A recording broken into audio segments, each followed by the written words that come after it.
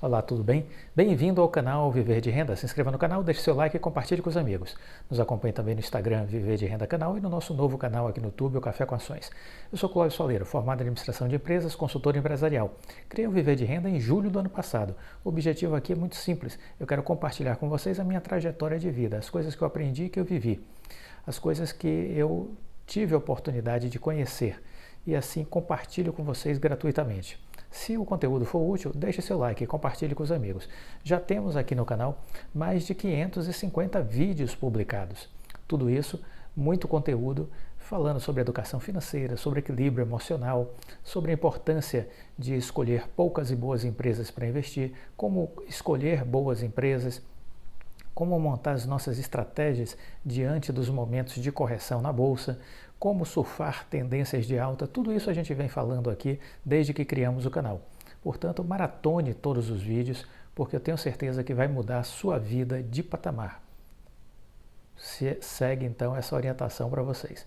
Bom, começamos o vídeo de hoje com um pensamento que me chamou muito a atenção, publicado esses dias pelo Henrique Breda.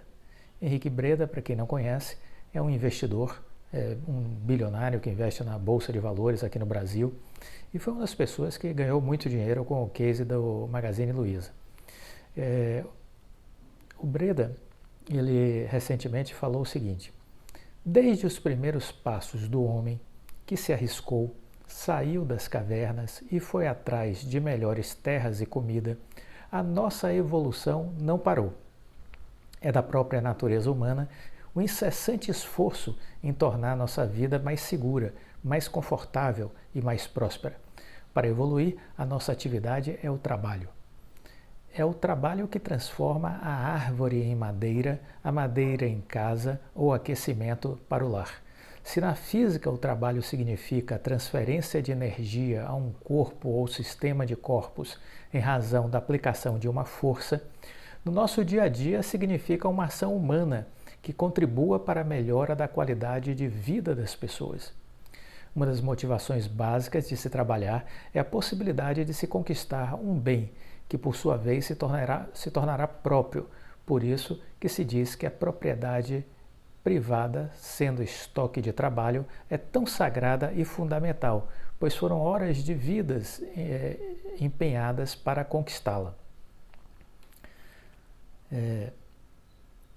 Se o trabalho é o nome da atividade realizada para evoluirmos, a grande ferramenta para a realização do trabalho bem feito é a capacidade mental do ser humano, a racionalidade.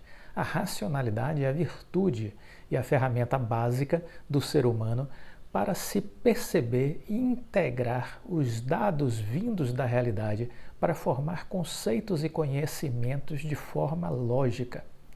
Negar a realidade ou ser incapaz de integrar conceitos de forma lógica, seja pela ignorância ou pela cegueira voluntária, é o mesmo que rejeitar o único meio de sobrevivência do homem e, portanto, é uma escolha pelo rumo da destruição, do irracional ou da antimente, da antivida. No entanto, a salvaguarda da racionalidade humana, aquilo que dá sentido à nossa capacidade técnica, ao desenvolvimento da ciência, o que coloca todo o potencial do intelecto humano a serviço das outras pessoas, fazendo a humanidade caminhar em direção a algo inegavelmente melhor, é a fé. Não adianta uma sociedade próspera materialmente, mas sem fé, pois a degradação da vida humana crescerá sem limites, assim como não adianta ter fé, mas abominar a razão, pois se torna um misticismo doentio, com rituais em torno da pobreza. Se tirar a fé e a razão de uma pessoa, o que sobra é um ser que só sabe viver em bando com medo da realidade. Que coisa interessante, né? As pessoas precisam refletir sobre essas palavras do Henrique Breda. Me tocaram profundamente do ponto de vista de reflexão. E eu não podia deixar de abrir aqui esse fim de semana o estudo de caso com vocês sem compartilhar essa riqueza escrita esses últimos dias aí pelo Henrique Breda. É algo para a gente pensar, pensar de novo, pensar uma vez mais e continuar pensando. Nós temos que refletir porque nós somos as nossas escolhas. Nós somos as nossas escolhas. E nós temos que desenvolver a nossa capacidade intelectual com muita sabedoria. Nós temos que utilizar todo esse potencial do nosso cérebro para a construção de algo de valor para nós, para os que nos cercam e para o mundo. Não deveria ser nos dada a possibilidade de se agarrar com a ignorância. Não nos deveria ser dada a possibilidade de nos agarrar à estupidez, à irracionalidade. Mas Deus, no seu livre-arbítrio, nos concede inclusive esse direito de escolhermos o pior. Mas nós precisamos refletir e pensar em evoluir as nossas vidas. Portanto, todos os dias precisamos aprender a fazer boas escolhas, nos afastar do ruído, das fake news, nos afastar de pessoas que nos arrastam para o buraco, que nos convidam para a mediocridade, nos afastar de tudo que não presta.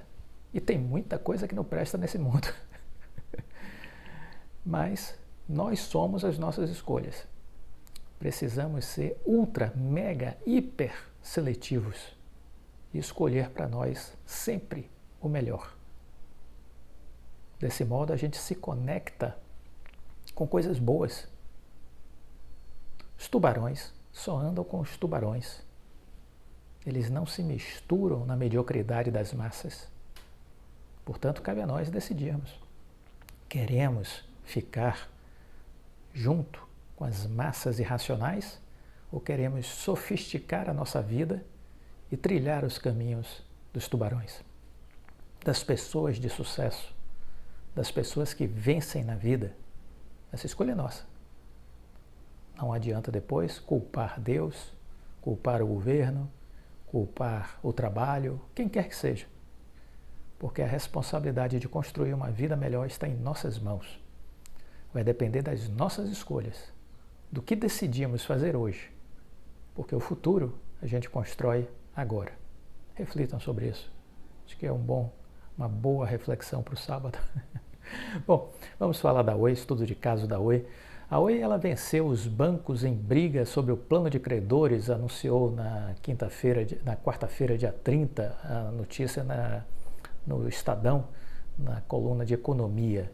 A Oi avançou uma casa na batalha jurídica que se estende desde o seu novo plano de recuperação judicial, aprovado na Assembleia de Credores em setembro, dia 8 de setembro. O processo de 2020, né?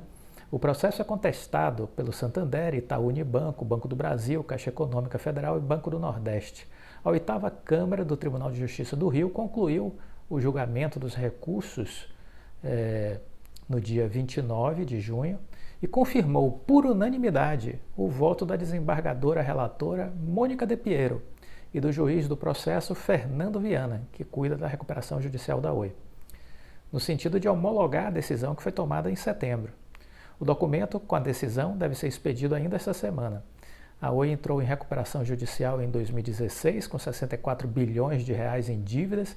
A maior parte desse montante foi renegociada com os credores no primeiro período, que foi até 2018. E isso não foi, obviamente, suficiente para reerguer a empresa. Em 2019, ela começou a planejar um novo plano de recuperação, um novo plano para ditar ao anterior. Em 2020 ele foi aprovado, em setembro, por esmagadora maioria do voto dos credores. Chegou-se aí a mais de 96%, 97% de adesão, aprovando o plano de aditamento à recuperação judicial da Oi. E nesse plano foi se definido algumas coisas. Quem tem dificuldade de entender o que foi que houve nessa Assembleia, é só ir lá no meu canal, aqui no canal. É só voltar no tempo e ir lá para o mês de setembro, olhar os vídeos que foram publicados no final de agosto, início de setembro, que eu falo exaustivamente sobre esse assunto. Então vale a pena conferir cada um desses vídeos no período aí da segunda quinzena de agosto, primeira quinzena de setembro. Tem muita informação, muito conteúdo que vai tirar todas as suas dúvidas sobre aquela Assembleia Geral de Credores, sobre o que foi aprovado, entendeu? Vale a pena rememorar.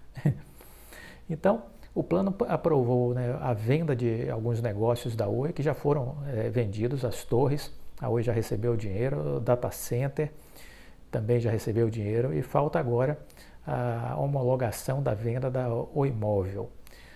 Falta a decisão aí da Anatel e do CAD. Isso feito, a Oi vai receber 16,5 bilhões de reais, provavelmente ainda esse ano sai essa decisão, e com isso a Oi vai conseguir amortizar boa parte de suas dívidas, equacionar alguma coisa que falte e finalmente fazer o pedido de saída da recuperação judicial. O dinheiro é previsto exatamente para isso, para antecipar o pagamento de dívidas e fazer alguns novos investimentos. Nessa reunião, nessa Assembleia de Credores, ficou acertado, a Oi pleiteou uma redução na dívida com os bancos de 60% e acabou depois ficando acordado 55% de redução de dívida. Com a Anatel foi 50%, só que aí depois teve uma nova lei de concordata de falências, que foi aprovada no Congresso, que aumentou de 50% para 70%. Então a dívida com a Anatel vai ter uma redução de 70% e a dívida com os bancos de 55%. Os bancos não gostaram dessa redução, mas foram voto vencido, porque a grande maioria dos credores votaram a favor. E como funciona a lei de recuperação judicial, né? Ela exatamente dá à Assembleia de Credores a condição de soberana para decidir sobre o pagamento dos passivos existentes com os credores, né? Então, a grande esmagadora maioria aprovou essa solução, essa equação. Os bancos foram votos vencidos e recorreram da decisão da Assembleia. O juiz que cuida da recuperação judicial negou o pedido de anulação da Assembleia. Eles recorreram à desembargadora do Tribunal de Justiça do Estado do Rio de Janeiro. Ela também negou, acolheu a decisão da Assembleia e do juiz da recuperação judicial. E aí eles recorreram novamente na Justiça. E aí agora, uma vez mais, perderam por unanimidade. Só que agora ainda cabe recurso ao Superior Tribunal de Justiça e certamente eles vão recorrer. Estão fazendo a parte deles. Mas quem for lá atrás ver os vídeos, a gente dizia que isso era causa perdida, que não era motivo para nenhuma preocupação. Aqui a gente procura sempre passar calma para os investidores. A gente traz um pouco da nossa experiência profissional, experiência enquanto consultor, e a gente entende que o investidor ele precisa ser um ser com muita serenidade, com muita calma e tranquilidade. Existem pessoas que semeiam terror, criam instabilidade, criam confusão. Não é a nossa conduta. Eu jamais faria isso, porque isso é contra os meus princípios, os meus valores, com a minha ética. Então jamais vou ter esse tipo de conduta por aqui. Então o que a gente sempre disse foi, olha, a causa está perdida, a Assembleia de Credores é soberana e esse assunto está resolvido. E assim será, eles vão estar recorrendo e sempre perdendo, entendeu? Não há como reverter esse processo pela nossa ótica, pelo nosso modo de enxergar as coisas, entendeu? Então, vamos em frente. É isso que a gente entende, que isso já é uma página virada na história aí da Oi. O que nos falta observar agora é essa questão da Anatel e do CAD, que é uma expectativa para que a gente veja uma decisão aí agora a partir de outubro, novembro. Eu tenho como expectativa que a Anatel se manifeste em outubro e o CAD no mais tardar em novembro se manifeste. E ambos deverão ser favoráveis à aprovação da venda da Oi Celular. No próximo vídeo a gente fala um pouco mais sobre isso. Fiquem com Deus, nos acompanhem ao longo do dia de hoje. Um abraço a todos, deixa o like. Tchau.